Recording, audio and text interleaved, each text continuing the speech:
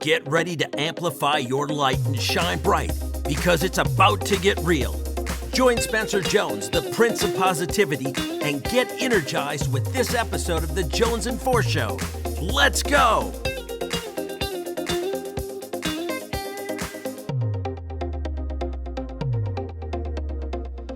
Hey, Energizer. Welcome to this episode of the Jonesin 4 Show. And you are in for a treat today. I have one of my good friends here joining us. And you know, a lot of these people I've brought on to share their love, their light, their wisdom with you, I've gotten to know over the last year or two. But today I am just so blessed and honored to bring on a friend of mine who I was thinking about it this morning.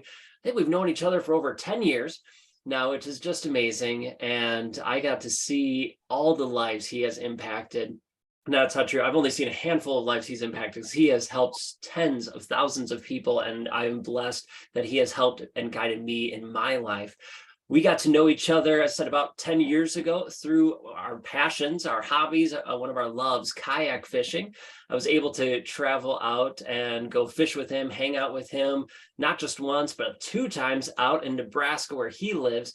And what's cool is he not only chases his passion of kayak fishing, he helps spread it to the rest of the world. And he has been one of the main founders of kayak fishing in the Midwest, one of the passions that has just exploded around the country and world. Well, he started and really grew that within the Midwest region of the United States. But he also, it's not just kayak fishing, he was a teacher, principal, and administrator for many years, impacting and changing students' lives. He brought me out there to speak with his students one year. I was super grateful for that.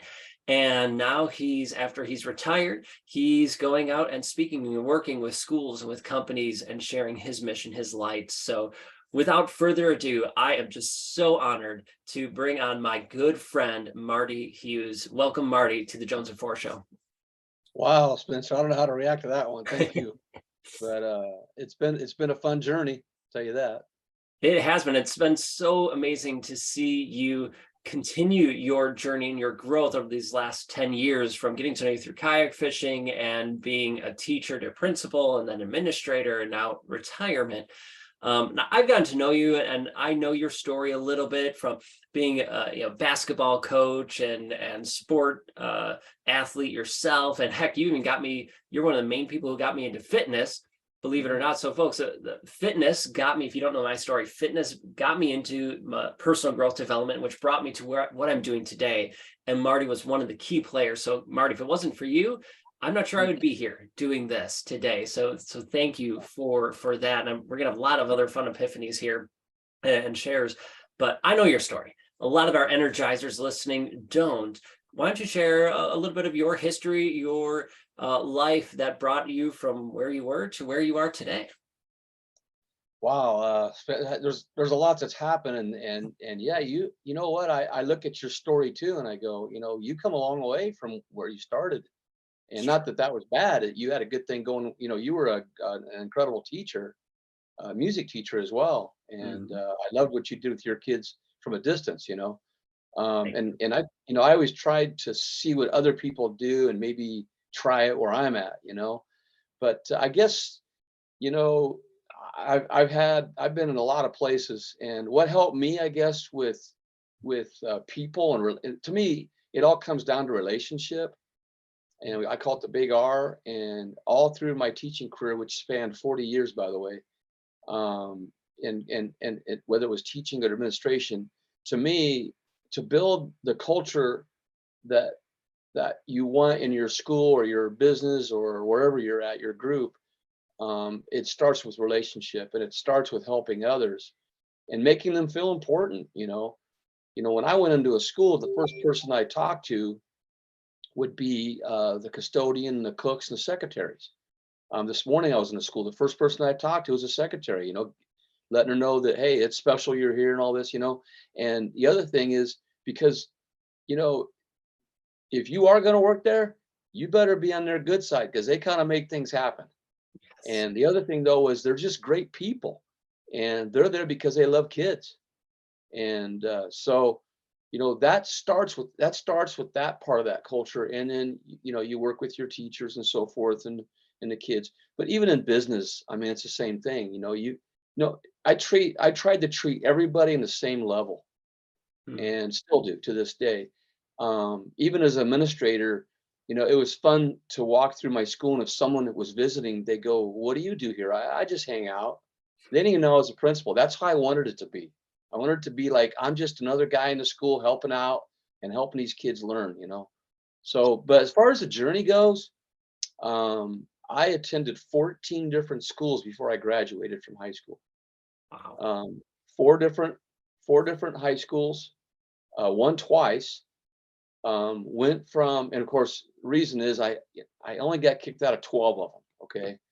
Um, no, really, I was in a military family, and so it was like I'm in my backyard and I'm playing with my trucks, digging in the ground, and then here comes a mover and he grabs a truck from me with the dirt in it, packs it in paper in a box, and we're gone. That's how Mm. fast it happened, you know. And so I ended up, long story short, my junior year, I ended up coming to Nebraska to visit for the summer, from a school of almost 4,000, Oceanside, California, and took a Greyhound bus, ended up in Nebraska, spent some time with my dad's best friend from the Navy, loved it, and ended up going to my senior year here in Table Rock, which was a school of about 80 something. So Oh, it wow. was it was culture shock for them and me. So I see your hair, Spencer. I mean, everybody wants to have hair like you know what I mean? Because it's like long and everything. I had hair like you when I came to Nebraska. And so you don't think that I was like a little bit different to them because they had hair like I got now, a little Right. bit longer. But I had straight-legged jeans and the surfer shirts and all that, and it was like so. But you know what? I got along great, and it was a great experience for me. I think it was a great experience for the kids I was around. Ended up getting recruited for college. Uh, as an athlete, and I competed 4 years in college and at a high level, national level, and then uh, I got I earned my teaching degree, and I was going to go in the Air Force last minute. Decided to teach. Got a job last minute.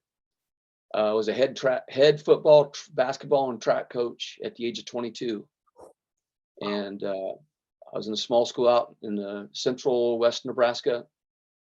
Did that for a few years, and then moved on to another school and got to a bigger school. Not that it was any more important to be at a bigger school; it just was a little bit bigger. But I stayed in Southwest Nebraska about 33 years. Met my loving wife there, Diane, and three kids, and we've loved the journey that we've had with that. Um, I spent 33 years as a teacher, retired. Then I bought an acreage up in by Lincoln, closer to Diane's parents, and I'm like, hey, let's go check this Parkview Christian out, and ended up not just being a teacher there, but running the entire school. So I went from teacher to running a school, and then I went to retire again. I got it going a couple years. It was really fun, and after a couple years, I said, "Hey, Diane, I'm going to retire again, and I'm going to go fish full time because I love fishing, as you know." And my best friend from Auburn calls up, "Hey, Marty, we got a job opening. We need you here. We got to have a culture change." I'm like, "No, you don't. I'm retiring." And he goes, "No, come down. Let's go." So I go down, and they lured me into that. Actually, they had me apply, and I applied for the assistant principal. And after the interview, I was told, "Would you be our principal?" Anyway, so I ended up the last two jobs I applied for, I didn't get. I got something way better, way bigger, way more responsibility. So I became the principal at Auburn High School. The culture change that happened there was just phenomenal. The boys hadn't had a winning season in sports in 10 years. There's some toxic things, but for the most part, they had things in place, the foundation in place to make things happen. And I had a great assistant principal, Jeff Schwartz, who's now going to be the superintendent at Boone Central. Great guy. Him and I and some couple other guys, and Jim Weeks, my best friend, got together and we started this Bulldog Way, and the kids kind of came up with some stuff. We ended up winning the culture change of the year nationally. Get flown to New York, present there, and it just went from there. And then we started winning things, and not only winning, but in the basketball realm, we go on to win 3 state championships in a row, Wow. and then a runner up the year after that, and almost win it again. My son got to be part of 2 of those. We had the longest winning streak in the nation at 67 games in a row at one point. And then it infiltrated all the programs, and everything was better. And so it was this winning attitude, and you're not going to win everything, but winning is fun, and trying to win is fun. But if you go into something and you're like, man, I don't like this, it just is a very good thing. So I just tried to create positivity, and the big part of it for me was relationships. I went in, I had no idea what I was doing. I'd never been a principal, and but I was surrounded by people that did know what they were doing, and I was really good at delegating. So I delegated the tough stuff to those people, and then I worked on a relationship. And one of the things I did was, there's 450 plus kids in the building.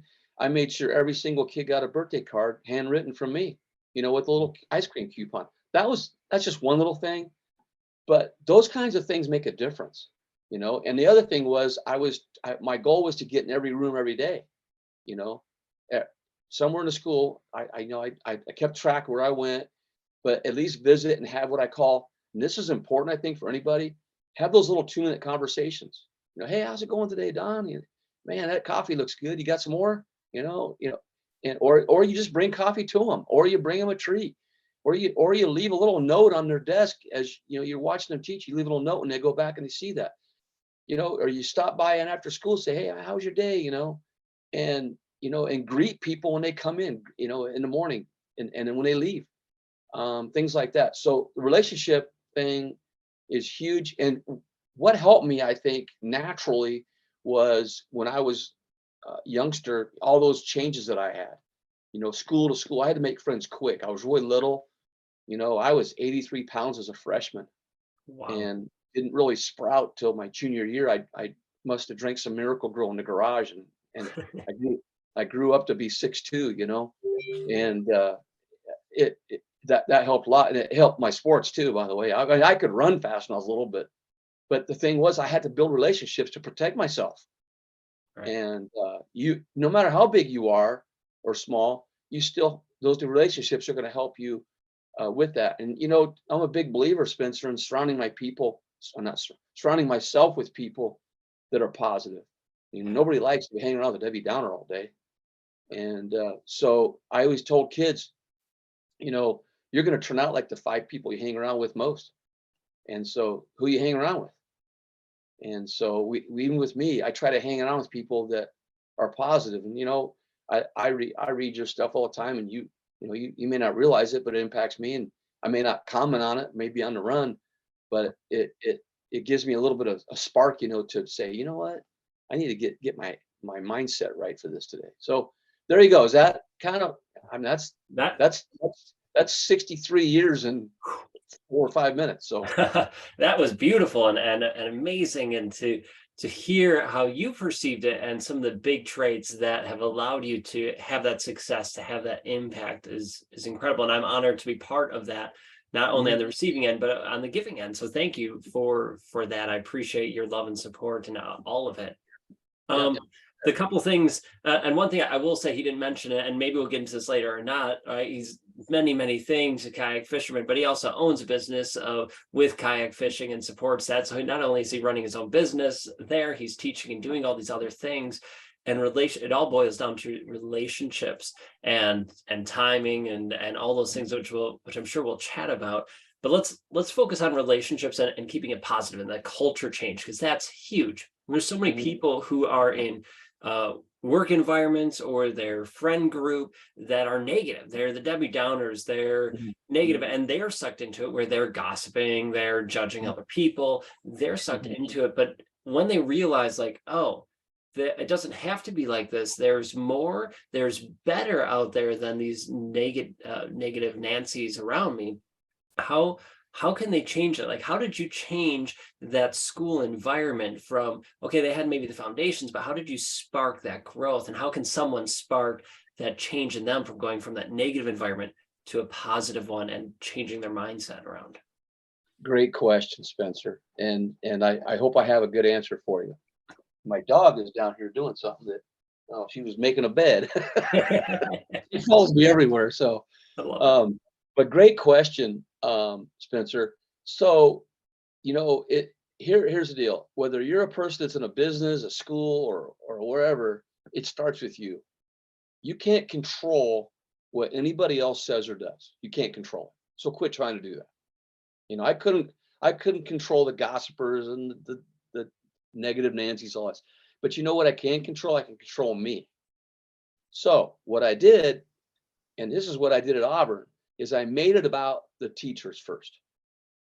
So before I even had the first meeting with them, I sent out an email to every teacher and I said, can you send me I'm Marty, I introduced myself, and this is in the summer before I even started. And I go, can you send me a picture of something you've done fun this summer? Now, number one, I'm developing trust because they're going to send me a picture of their family to me. They don't even know me. And so I'm getting these pictures in of them having summer fun. They have no idea what I'm going to do with it. The first day we have our meeting, and I tell them who I am, and I have them introduce themselves, and and a little bit about each person. And I said, here's some more. And so I played this video with Summer in the City music, really good music, that song. Nice. Yep. I played that in a slideshow with all of these people in their summer fun. And they were laughing and oohing and awing. And then that was it. That was the meeting. That's So, amazing. well, now we played a couple games to get to know each other too, but that was the meeting. We didn't get into like, oh, this is my rules. This is what we're going to do. It was just, hey, and they go, that's it. Yeah, go ahead and get ready to go, and then we got into that stuff. But the key is to make it about them. What can you do for them? For instance, on any given day, do you want to make yourself feel better? Like I lose big fish all the time and you feel horrible. Yeah. It's not about the to me, it's about the bite. I love the bite, just getting the bite. Or in fact, just being out there is good. Yeah. But That's awesome. go to a gas station and you want to have some fun, go to the door of the gas station and somebody's 20 feet away and open it for them. They will actually run to get there. They'll speed up their pace to get there. It's You go, true. oh, that's okay, man. Take your time. I'm here for you. When they hear that, have they heard that day? Maybe not. And they might stop. Hey, man, thank you so much. You just made my day. And you know what? When you make somebody else's day, you make your day. It's that simple. Just holding a door. Maybe you see someone down a hall or down a sidewalk. Say, hey, good morning. They're looking at the ground. They're looking at their phone, whatever they're doing. That's what we're missing today is this real social interaction. We have social media. Right. We call it social, but is it really? We can get a lot of endorphins going looking at what other people are doing that's successful. And by the way, that's just tip of the iceberg because we're all icebergs. We have this thing on top that looks so good, but there's a lot of baggage down below, let me tell you. Everybody has it, even me, and it drags us down. But, that's one little thing that a person can do. So that's, Spencer, the culture change is make it about them. Make other people feel good one at a time. But the other thing, though, is be genuine about it. If you're going to compliment somebody, make sure it's genuine and it's really you. Jim Weeks, my best friend, he gave me some advice before that interview at Auburn. He goes, Marty, it's going to be tough. Because people were throwing darts at me in the interview, like, you gonna do this, and it was not good. He goes, before the interview even started, by the way, he was on the committee that was interviewing me, and he's sitting there and he's smiling while everybody else is like got these grumpy, so, and not that I was bad, they were all great people. But he said, Marty, just be you. So just be you. So there you go. Hope that answers your question. That amazing answer to the question, and so many components to it. That two of my favorites. One, be you, right? Just be your authentic Yeah. self. Don't put on a facade. Just let your light shine. Be you. That's number one thing in my life is be you.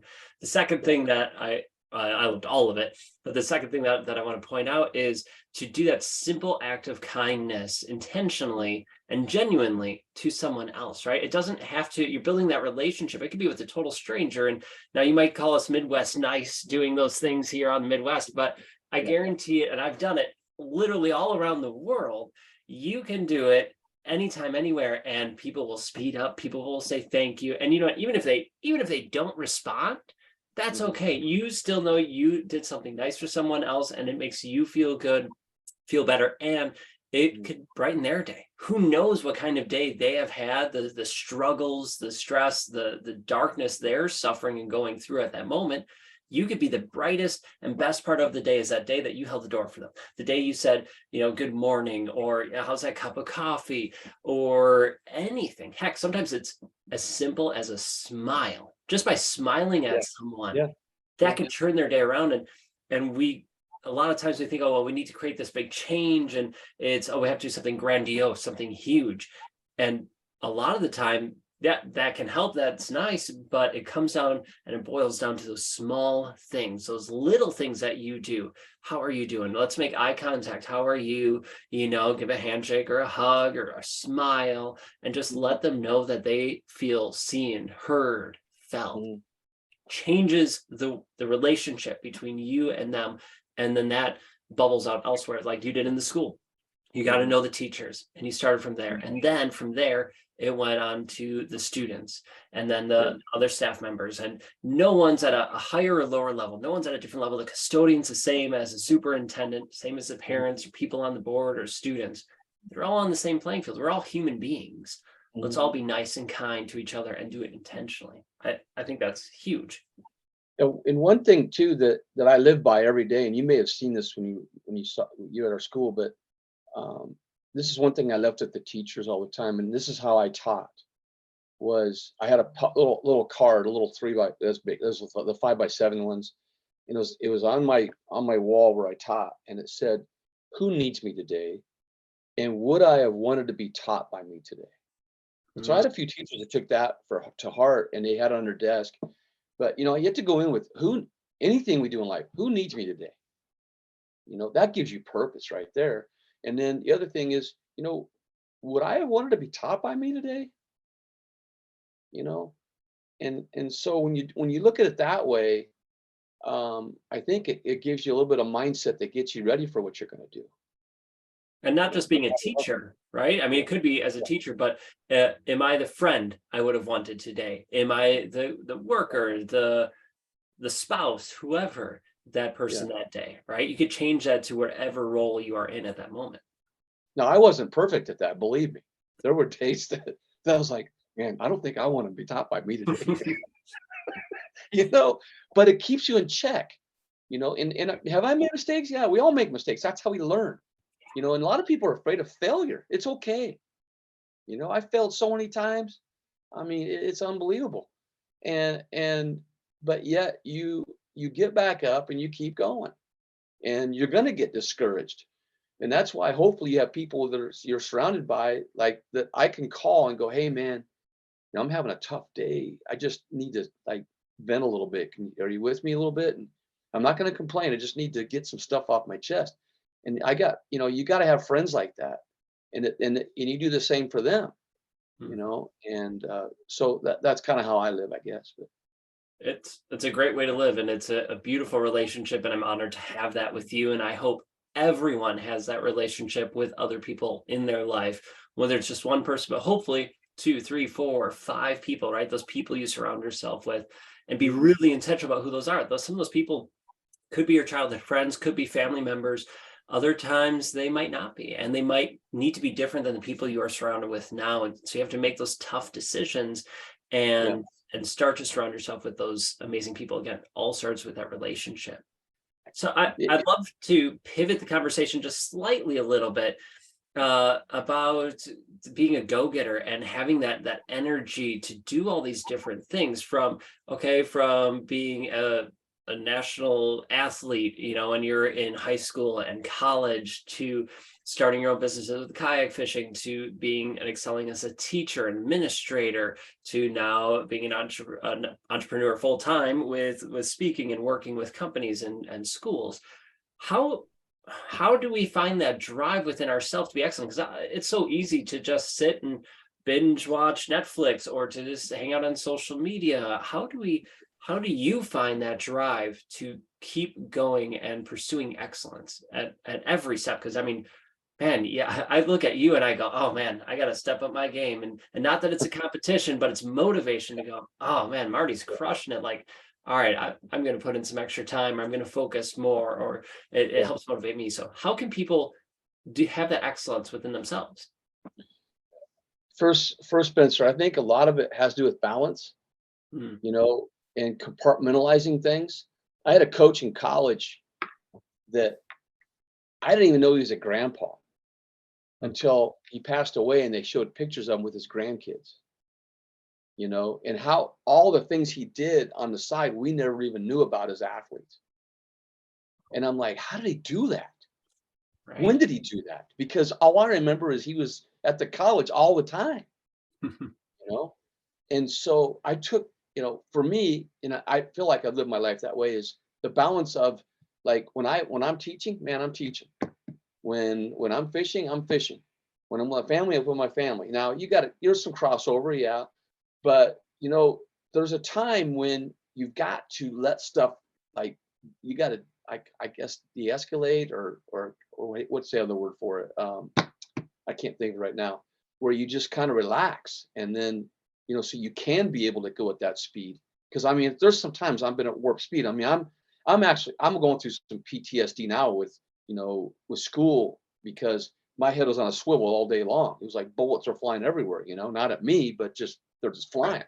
And you're like you're solving problems on a minute by minute basis, sometimes overlapping minutes. And then you go to that to nothing, Mm, and you're like, oh man, what just happened? And that's what happens a lot of, I think, a lot of people that are in stuff like, you know, especially veterans, you know, that have had some tough stuff they've been through. And so we have to learn how to deal with that. But I think a lot of it is the balance in our lives. And so the kayak fishing was the way for me, for my release, so to speak, from all that. And I was at peace on the water, just me. You know, now eventually I got into guiding people to teach them how to do that. right. But at the same time, you know, at one time it was running in my life. You know, it was football, it was basketball, um, and those weren't things that I did to try to make myself look good. They were things I did because it was a place where I could not have to think about anything else. Because I just remember, as a football player, when I stepped in that grass, it was grass back then, by the way, or dirt. It was like nothing else mattered. Nothing else mattered. You know, the problems, the issues in your life, and it wasn't an escape. It was just something that you could do different that would help you. And I think that's important too. You need, you know, whether it's a hobby, whether it's, you know, something, just something that you can do that's different from that everyday grind that you go through. You know, and the other thing is, you're not going to achieve the things you want to achieve overnight a lot of times, unless you win a lottery, which is not very likely.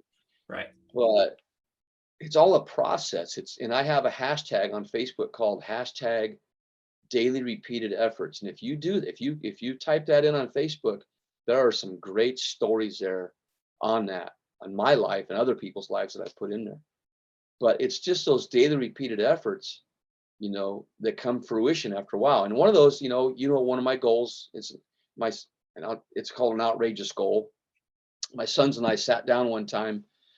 It was 10 years ago, and they were both into sports. One was a runner and one basketball player. And of course, I love fishing. So we said, hey, let's fit an outrageous goal. And I said, this will keep us, focused on what we want to do. And I said, so CJ, what are you going to do? He says, Dad, I'm going to make 75,000 shots in the summer. I said, in 12 weeks? Okay, let's make a chart. Let's get after it. You can do that in one day? Nope. I said, okay, you got to figure out how you can space it out. My other son, Christian, I'm going to run 400 miles for cross country. Yeah, okay. So they said, Dad, what are you going to do? I said, oh, I'm going to catch the yearn fish. I'm going to catch 2014 or 13. I can't, 2014 fish. Hey, are you ready to crush it, to go after your dreams and goals and live your life to the max? Well, of course you are. That's why you're here listening or watching to the Jonesin 4 show, and I appreciate that. Thank you so much. But sometimes we still get stuck, right? These podcasts, this show is great, but that's not everything sometimes. Sometimes we need a little more. And you know what? I get that. What helps me and what has helped me and continues is a community. And surrounding myself with people who are amazing, who are like-minded, like me, going after goals, achieving big things, and pushing themselves and others to be their best. Wouldn't it feel amazing to be surrounded by a community like that? To be surrounded by people who are like you, who have big goals and dreams, and they're going for them. Not only are they going for their goals, they're helping and encouraging you to go after yours. Well, if that sounds interesting, if that sounds fun, if that sounds like a community you would love to be part of, well then come check out Spencer's Energy Hub. That's right, I have our membership community, well I should say we have a membership community that's here for you. I say we because we are the Energizers, just like you. We energize each other to be our best. We have monthly rock star interviews, right, where we interview masters in their field. We have weekly trainings. We meditate every week as a community, and you can hop and join us. You get special access to me along with an incredible community of people. So if you are ready to level up, if you are ready to be a rock star and crush your goals while being surrounded by an incredible and amazing community, check out Spencer's Energy Hub. All you have to do is go to spencersenergyhub.com and check it out. Or if you want, just head over to my website, www.spencermjones.com, and check out the hub. We would love to have you inside. All right, back to your show. Okay. So we all go after our goals. CJ makes his goal, 75,000. Now, not shooting shots. He made 75,000 shots. I have videos, some of it, took some pictures, Christian ran 400 miles. He qualified for state cross country all 4 years. CJ ends up winning the state super shooters that next fall or next winter in 6th grade. Guess where? Now remember, he's in Binkelman, Nebraska, 6 hours from where we live now. Guess where the finals were? The finals were in Auburn, Nebraska, in that gym. Huh. My wife drives him 6 hours, almost 6 hours. He wins the state super shooters. 4 years later, he wins 2 state championships from that in that gym. Wow, that's crazy. What are the odds of us going to that school after all that? Right. That's what an outrageous goal can do for you. Now, for Dad, I failed. I did not make the 2014 fish for the first year, but I did get like 1,600, I believe. And the next year, I failed again. They got their goals again. I failed with mine. The third year, I made it. I've done this goal for 10 years, made it 7 out of 10 years. And it's just something to shoot for, but it's not about me. It's about inspiring others. Hey, find a goal that you want to go after and see what you can do with it. Whether it's losing weight. Now, again, that before I met you and I did the P90X thing, I lost 59 pounds.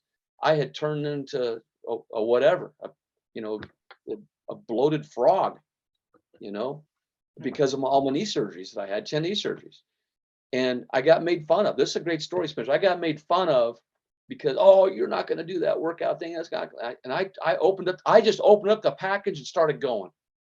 Wow. And went along with it. And I did it. Well, come spring, my clothes are draping off of me. And people were coming up to me at track meets as a coach. Hey, I'm sorry. I heard you're sick. I'm sorry. I said, sick. So I tried to find out what's going on. People said, hey, Marty's got cancer. No, I don't. I lost 59 pounds, in a few months, where it took. And what it was before that, though, the doctor told me I'd never run again. He said, you'll never be able to play sports, never be able to do anything again. I said, no, that ain't going to happen.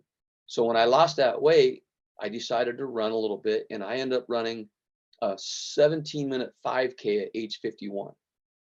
And I won the Masters division for the state games or whatever.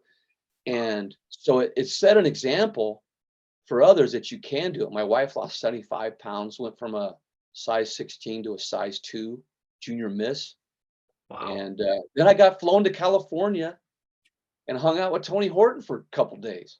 What I mean, and we got picked up in a limousine for working out. Like, you see, so you stick with something.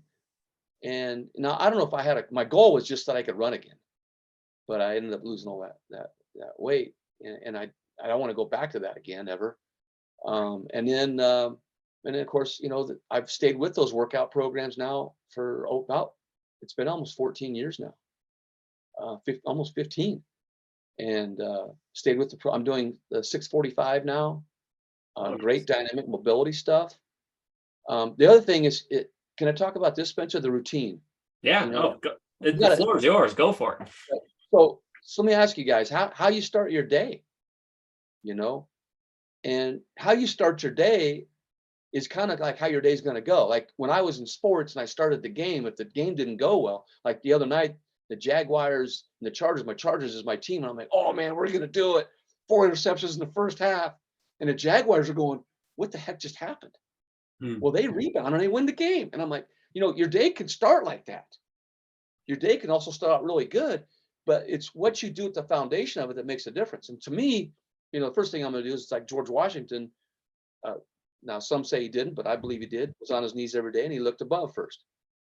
That's what I do every day. I do a devotion every day. I break down a verse. What does it say about me? What does it say about God? And how can I apply it to my life? Third thing is third thing is I'd work out, which I do every day, except Sunday. 6 days a week, work out, whether it's 10 minutes, 30 minutes, 60 minutes, whatever it is. Now, some days it's kayak fishing. Yeah, that counts as a workout. But in the wintertime, I get my video out, we have that Beachbody on Demand thing, and I just play it and I do my workout and I have a plan, stay with it, and it gets me moving. Then before my wife leaves in the morning, I pray with her every morning. At least connect. She makes a coffee, I pray with her. It's a good deal, huh? So anyway, and then that's how I've started my day. Even as a retired guy, I don't have to be anywhere at 8 o'clock, but I still do stuff, but I still do that routine because it keeps me going, because you can get caught up in that TV thing real fast, or the screen thing real quick. So that's how I start my day. The other thing is, in that time, my phone is not looked at.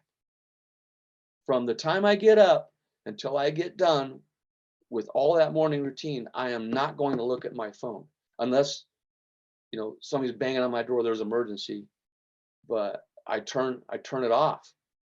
And because I don't want all that noise, because as a principal, man, I'll tell you what, if I'd have left that thing on, oh my gosh, it'd have been, tough. So there's something that I just threw out there, Spencer, Well, so much to dissect it and share, and I love all of it, from setting a solid morning routine to kick off your day the best way possible, because some days, even after that morning routine, it can fall apart, but it doesn't. You don't have to let it. You can regroup, but having that solid start to the day.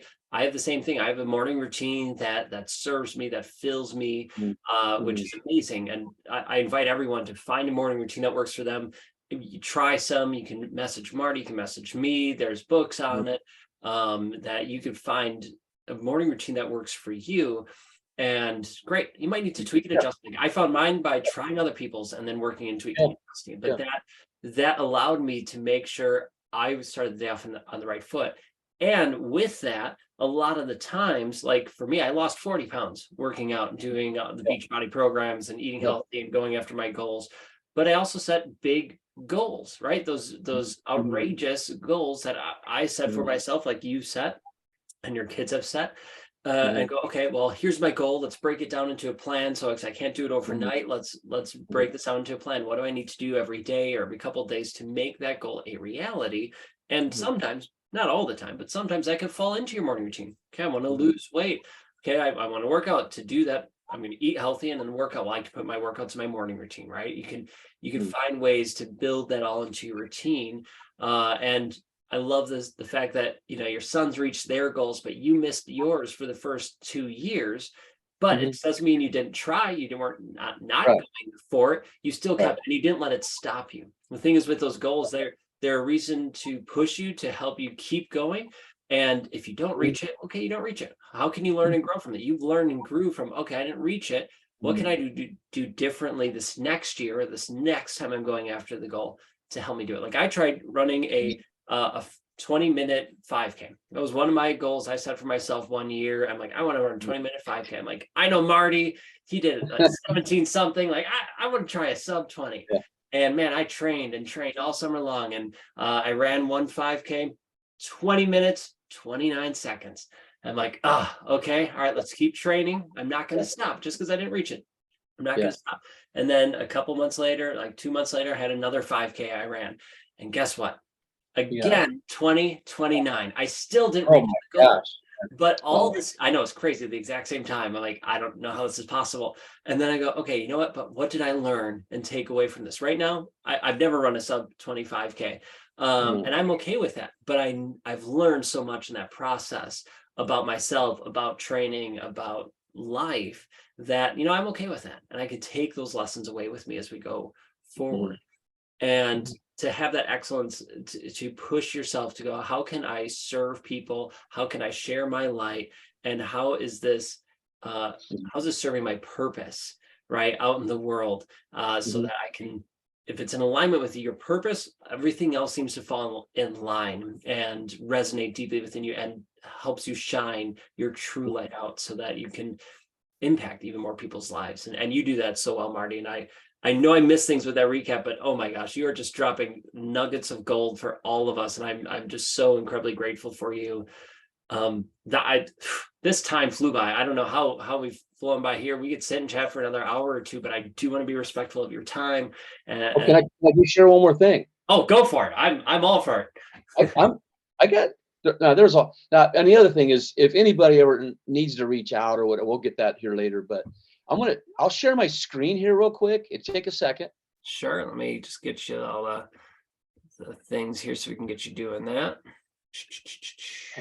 If that works here. I don't know if it'll work, but you know, allow, there we go. And we'll describe what's happening for the folks listening on the podcast. If you want to check out the video so you can Okay. see what he's sharing, just go to our YouTube. You go to the show link Yeah. or show notes, spencermjones.com/Jonesin4show. And then you can see exactly what he's sharing. Okay, so share screen. So this is how I organize my Nice. Oh, you're muted, Marty. You accidentally muted yourself. What he has up here is basically an Excel spreadsheet that's color coded with different things. I'll let you explain it, Marty. You're still muted, by the way.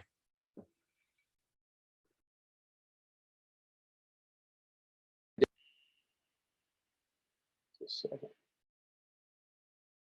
Okay, am I back? You're back. We can hear you. Hey, hey, my budget came on there for a second. So you might have to plot that. We can do that. Yeah. Uh, anyway, no, that was my dashboard, and so what I do is I can click on those things, and it takes me right to what I need to work on. Mm, So like all my goals, all my weekly stuff. I did that as a principal as well. I had a different dashboard. It had hundreds of things under it. They were all categorized, so I could go to them instantly, and I could figure out what I needed to do. So if I did say for instance, a walkthrough, I went right to it, click done, in 2 seconds it's done. So even here, like keeping count on my fish, all that stuff, fish reports, I do daily fishing reports, things like that. I just click on it, paying my monthly bills are all in there. Everything's in there. My nice. budget is in there. So there's no looking for it. And I use that Google spreadsheet doc to do that with.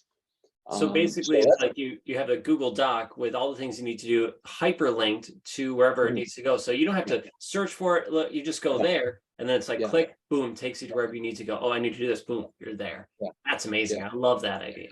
Yeah. So like even in fishing, I fish competitively, as you know. So there's only one lake on there right now, but they're in a different file. But for instance, like Gunnersville, Alabama, which you saw on there, I have all the intel I need in that document. And so every time I go there, I keep adding to it. And so I have all this information in it tells me exactly what I need to do.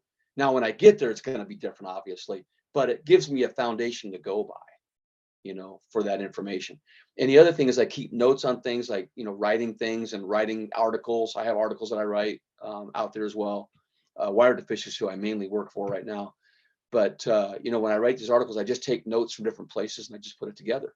And so that keeps me organized. And so my mind is clear, when I'm doing these things. And so that works, that's just what I do.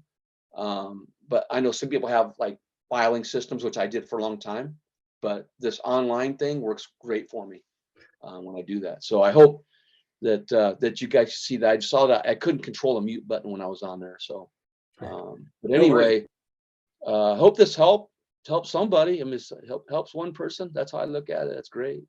I know it's going to help more than one person, hundreds and thousands of people, because you are this incredible light that is shining on me and shining on so many others, that our lives are better with you in it. So thank you, Marty, for spending your time and sharing your wisdom with us. This has been amazing, and for being such an amazing friend. Like, I cherish our friendship, and it's been such a blessing and honor to get to know you and call you a friend over these last 10 plus years, actually. And I'm just so grateful. How can people connect with you and work with you or ask you questions? What's the best way to get a hold of you? Now, as you can tell, that I'm not one of these young techie guys. All right. But I figured some things out. So on Facebook, Marty Hughes or Kayak Jack. There's Kayak Jack's Outfitters on Facebook. There's Marty Hughes Fishing on Facebook. On Instagram, it's Kayak Jack. It's Kayak. YouTube, it's Kayak Jack, Kyak. And I figured out TikTok. I just posted my first TikTok video of, I trained our dog, being at home more. I thought I'm gonna do some more stuff with our dog Diamond, and so I trained her how to go retrieve the newspaper. So I got that video on there, and she's already a frisbee type dog anyway. So, and then my email is kayakjacknebraska@gmail.com, and then I have a website, kayakjack.com. No C, just in the Jack. It's just JAK. I don't know why I did that, but so those are the ways people get a hold of me. On Messenger, I get tons of questions all the time on stuff, and so I'm just always kind of, until I leave this earth, I'm just going to try to keep helping people if I can. It's a beautiful thing to do, and you have touched so many lives already, and I'm excited to see it continue and to see the impact you have even more. So, folks, if you didn't get those links or names of the websites, don't worry, it's there for you in the show notes. It's Kayak Jack without the C, but we will get that for you. Just go to spencermjones.com/Jonesin4show. Just click this episode and you get all the show notes, all the links, and that way you can connect with Marty. And I strongly suggest you do, because he is such an amazing person. Follow him on social media, connect with him, chat with him if you have any questions. He's a busy guy, but he knows how to make you feel seen, heard, and felt, right? It's all about the relationships with him, and he's such an amazing person. Connect with him, and your life will never be the same again, in a positive, beautiful way. Thank you. One other thing, Yeah, is I travel the country. If someone wants to go kayak fishing, I usually have an extra one with me. If you have a group that wants to go, I'll take you. Whatever, I do destination trips. love it. And on the way to my tournaments and so forth. So if they need me to stop by, I'll stop by. They need me to talk to their groups or whatever. Got some great stuff on work ethic, on relationship, things like that. So whatever people need, I can tweak it to whatever they need. So Beautiful. Love it. And I hope people take you up on that. I will attest that fishing with him is an absolute blast. I've done it a handful of times, and I can't wait to get back out there and go fishing again with you. So with that, everyone, thank you for being here, joining us. Check out Marty. Keep shining your light. Be you. And remember, those relationships make such a big difference. Those little things you can do, holding a door open for someone, smiling, saying good morning, those little things can change their day. So be you, shine your light, and remember, you are amazing, worthy, and enough just the way you are. So until next time, we'll catch you later. see ya.